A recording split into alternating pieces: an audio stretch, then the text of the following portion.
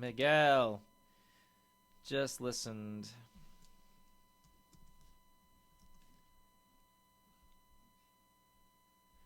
Hi, Miguel. Sorry about that. I was recording and it wasn't there. So, just got done listening to the song a couple times, and it's really, really good. There's some really interesting things going on. So, well, let's talk about what those are. One, so the point of the A/B mix is to really sort of give you a blueprint of what it's supposed to sound like. And while Boys Don't Cry there's some really good things about that. There's nothing similar. In the fact that this mix is so bright. But there's some really good things here that you can mimic. But when we listen to this, and then go to, it just sounds so dark, and there's like a blanket over the speakers. So that's probably one of my general things about this. And depending where you mix, whether it's headphones or Studio B or Studio A, you have to learn what that room sounds like. And the point of the A/B song is to help you understand that's a finished product, and that's where I want to go. So if it's a matter of chopping some low end off, or brightening things up, or cutting some low mids, or whatever it is, that's the direction that you should take this. So so that's interesting. So just overall, I think this mix is really sort of muted and dark, and some of the EQs lend itself to that. You know, we're cutting here, which is cool, little boost there, but not a lot of you know, just a little bit here, and something like that's pretty minor, which is good. So nothing drastic, but overall wanting to cut some of the low mid out and give it a little pump. I thought the gates on the drums are pretty good. The kick drum's probably a little lax.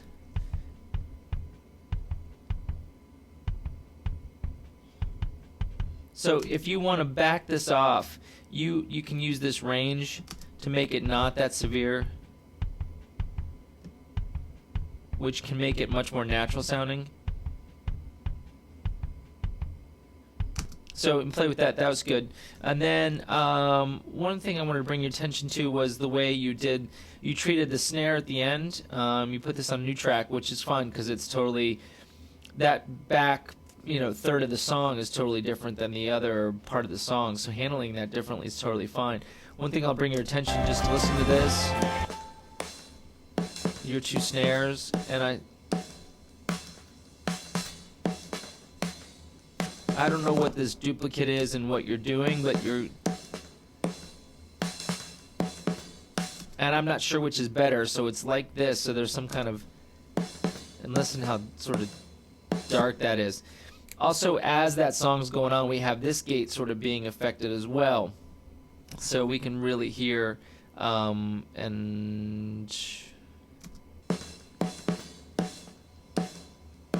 that cymbal. So this is a little long.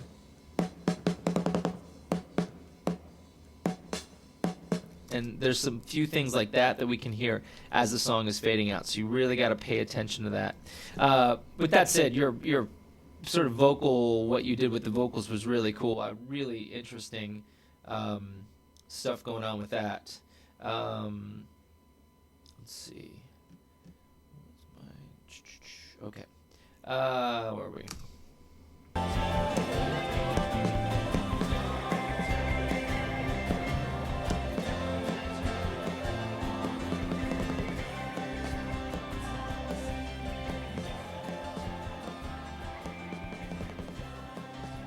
Here's some of that gate triggering. Things I liked. So you have the background vocals bust to a new track with a compressor on that. You have these guitars, the harmonies bust to a new track with a compressor and EQ. Really, really nice use of that. The delay on the voice was really cool. Sorry, how you hit this. I'm not sure I got the point of this track with this EQ voice. Looking towards the future, it's already the past. I'm not sure it's different enough, and I think you're going maybe for the radio sound or something. I'm not sure if there's something you didn't like about that track. It just sounds like sort of like a bad punch-in. It doesn't sound bad enough to be intentional bad. It just sounds weird bad, if that makes sense. So something that you can to think about if you wanted to really severe this, make it sound something different, really crazy. You can pull this in. We could take this, maybe even put the compressor after this. Pull this up.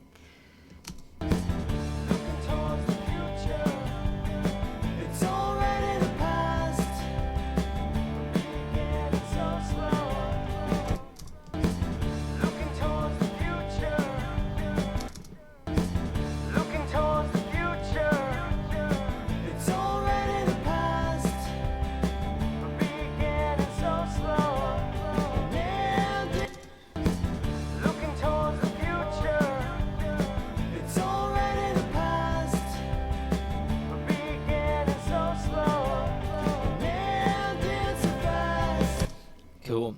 So maybe, I don't know, that might be one way to do it. Maybe not. And then I would maybe even hit it a little harder.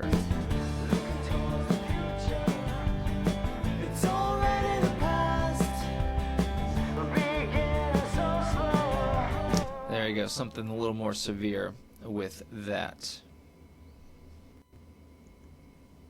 The last thing I wanted to talk about was just sort of the mild compression that we're hitting.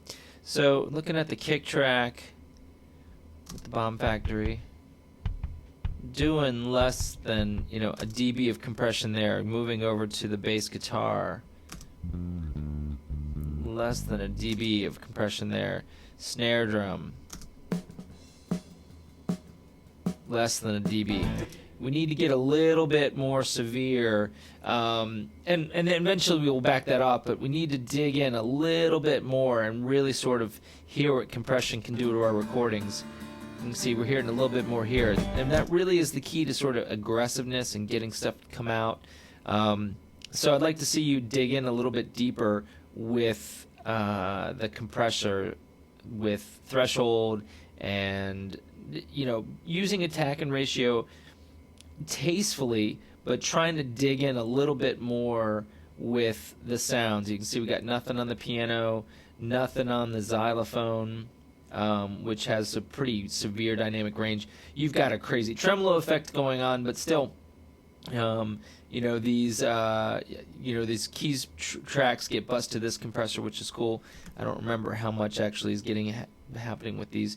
You can see the pretty wide dynamic range. So a little bit more here, pulling that track back, which is good, but nothing on these guitars.